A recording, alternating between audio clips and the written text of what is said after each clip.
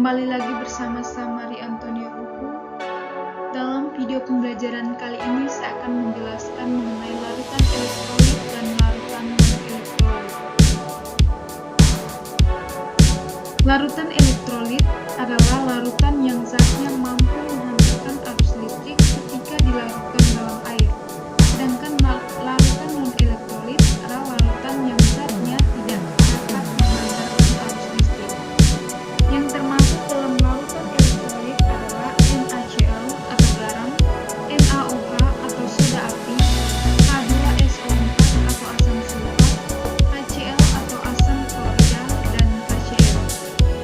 Arus listrik dapat mengalirkan melalui larutan elektrolit karena larutan yang sepenuhnya terionisasi membentuk ion beda.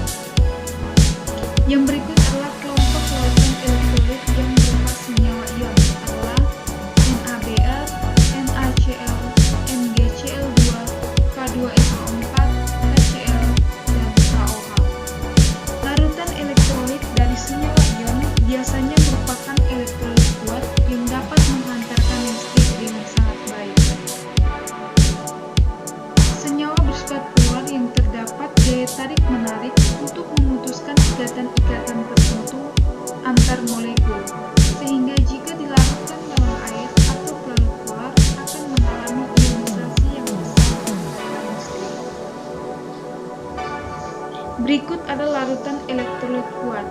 Ciri-ciri larutan elektrolit kuat: yang pertama, larutannya mampu menghantarkan arus listrik dengan baik dan kuat.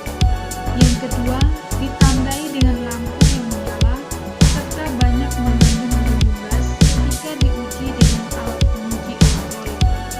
Yang ketiga, elektrolit kuat dalam air akan terionisasi sempurna sehingga derajat ionisasi jumlah mol yang terionisasi sama dengan jumlah mol zat mengandung. Berikut larutan elektrolit kuat terdiri atas kelompok larutan-larutan basa kuat, asam kuat, dan garam, kecuali garam merkuri. Pada larutan elektrolit kuat, senyawa dalam air akan terionisasi sempurna dan menghasilkan ion-ion yang banyak. Contoh larutan elektrolit kuat: yang pertama ada basa, KOH, NaOH, radium atau Ra, dan basa dari golongan 1A dan 2A, kecuali BeOH2 dan MgOH2. Yang berikut ada asam, HCl, HBr, Hi, HNO3, HClO3, dan HClO4. Berikut ada garam, garam NaCl, K2SO4, CaCl2, dan AlCl3. Yang kedua, larutan elektrolit lemah. Ciri-ciri larutan elektrolit lemah: yang pertama, senyawa dalam air terionisasi yang sebagiannya akan menghasilkan ion-ion sedikit. Yang kedua, larutan elektrolit lemah terdiri atas larutan basa lemah dan asam lemah. Yang ketiga, menghantarkan jumlah listrik sedikit atau lemah. Berikut contoh larutan elektrolit lemah.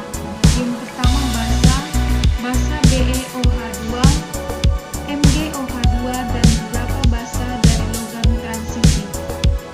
Asam, ada asam HNO2, H3PO3, H3PO4, H2SO3, HCN, H2CO3, dan HF.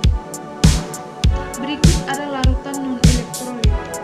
Seperti namanya, larutan non-elektrolit adalah larutan yang tidak dapat menghantarkan arus listrik.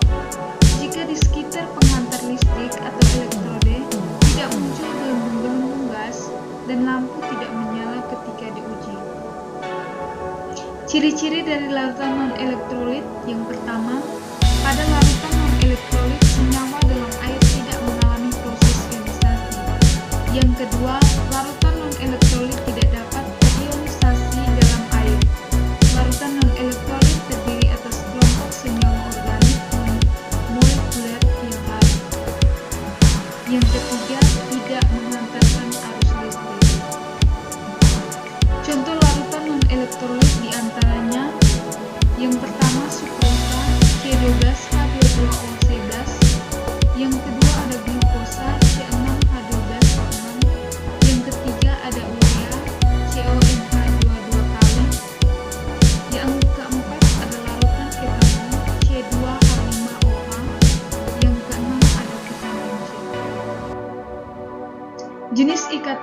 senyawa elektrolit dan non-elektrolit.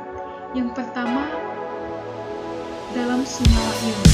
Senyawa ion adalah senyawa yang memiliki ion meliputi basa dan garam. Contohnya adalah NaCl. NaCl terbentuk dari ion Na+ dan ion Cl-.